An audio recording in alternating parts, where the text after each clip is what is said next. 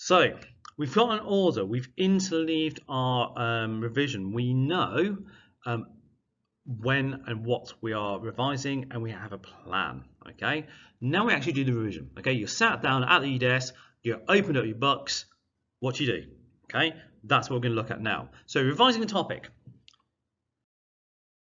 So really simple, I'm going to give you some do's and don'ts. Do condense information down. Okay, now you might have a textbook which has loads of really useful information in it.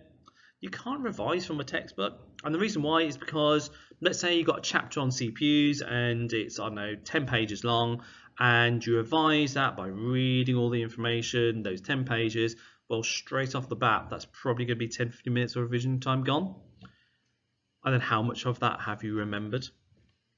Make your lives easier, make yourself condensed notes. Okay, this might be bullet point notes, it might be flashcards, it might be mind maps. It does not matter as long as condensed and accurate, obviously. So condense your information down. Organize yourselves into topics. Okay, I've seen students with flashcards like this pile, it's about this big, massive piles of flashcards, and you pick up the first flashcard, CPUs. Next flashcard is, I don't know, networking. The next one is going to be programming, and then you've got another CPU one. It's in no order whatsoever. That really does not help. Get yourself organized. Have every single topic, all the notes for that topic in one place. It might be through a LeverArch file, it might be through using Polly Pockets with labels on it. It doesn't matter how you organize yourself, but just be organized, okay? It matters, it really matters. And do make sure your notes are correct and complete. Now, if you have any doubts on that, talk to your teacher, okay? Talk to the expert who will know what's missing, okay? Your teacher can't look at every single note you've ever made, so use your own judgment. If you think, I'm a bit shaky in this topic, I would prefer to have an expert pair of eyes on it, they're the ones you ask for, okay?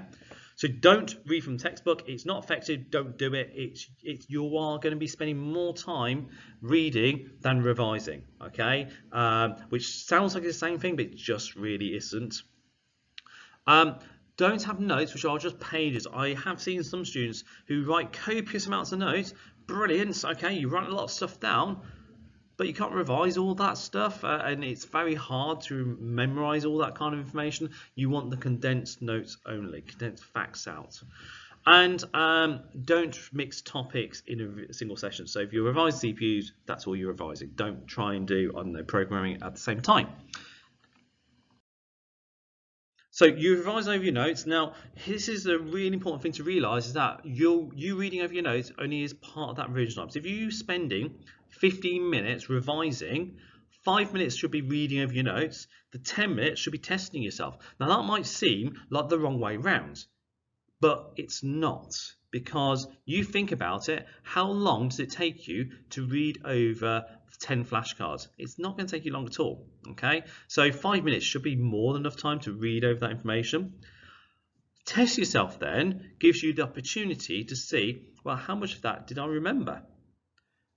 So some methods you might choose is the cover and reveal, cover over the information, see if you can remember it, reveal it, was it right or not, yes or no. Study buddies, I know the days of COVID, study buddies are really hard, but if you have a friend which you could maybe do remote FaceTime with, or Zoom, or whatever technology you wish to use, that is still effective and a valid way of revising and test one another. Sometimes you can really challenge one another with some really well thought out questions, which you wouldn't be able to ask yourself.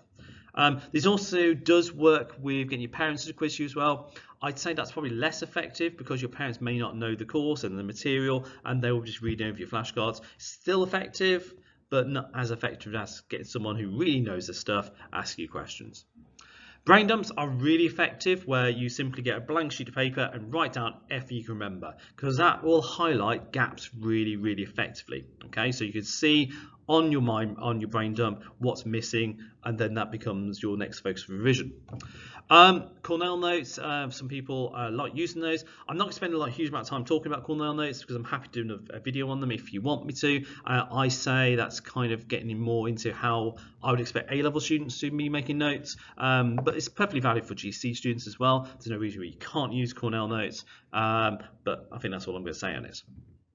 Finally, Seneca Learning. Seneca Learning is a great place to revise. It's got those condensed notes already for you. I wouldn't necessarily rely on it as your only place to revise because it's not perfect by any stretch of imagination, but it is there and it can be used. Okay. So remember, just rereading your notes does not help. You must test yourself. Without any form of checking, the information will not stick. Okay. And if you don't test yourself, you can't then self-evaluate yourself. So how on earth are you supposed to know what you still need to work on? Okay. So that is actually really, really important.